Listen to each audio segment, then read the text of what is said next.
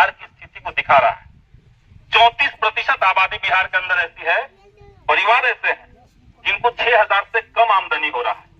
तो ऐसे तमाम जो गरीब परिवार हैं उनको 200 यूनिट बिजली मुफ्त सरकार दे। दिल्ली में ये हो सकता है, पंजाब में हो सकता है, तो बिहार में भी हो सकता है।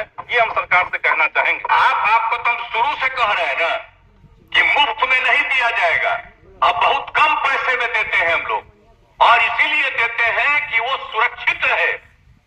कितना कम पैसा में देते हैं, कितना बड़ा पैसा लगता है सरकार को बिजली लेने में, और कितना कम पैसा देते हैं। आप सब लोग रहे एक बात जानते रहे, अब आज बोल रहे हैं।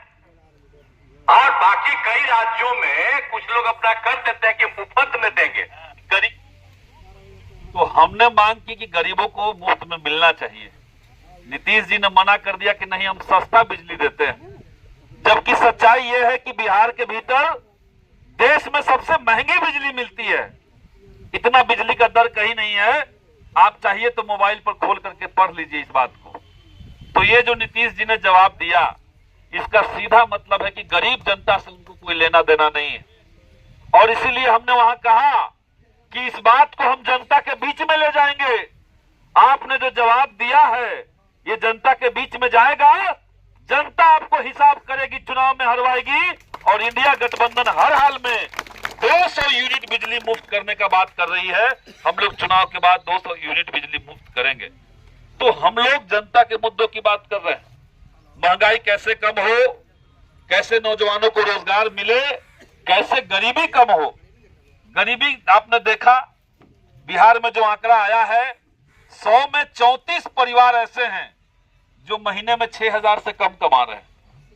तो इतनी बड़ी गरीबी है। इंडिया गठबंधन ने तय किया कि हर गरीब परिवार से एक महिला को हर रक्षाबंधन के दिन सरकार की तरफ से 1-1 लाख रुपए दिया जाएगा, ताकि समाज से गरीबी दूर हो। तो ये मुद्दा है, महंगाई मुद्दा है, गरीबी मुद्दा है, बेरोजगारी मुद्दा है। हम लोग इसमें लगे हैं, और मोदी जी लगे हुए हैं हिंदू मुसलमान करने में। मोदी जी लगे हैं कि कैसे नौकरी को खत्म कर दिया जाए, कैसे देश को प्राइवेट कर दिया जाए, बेच दिया जाए। तो इसलिए आप सब लोगों से हम कहेंगे कि इस चुनाव में बदलाव करना होगा।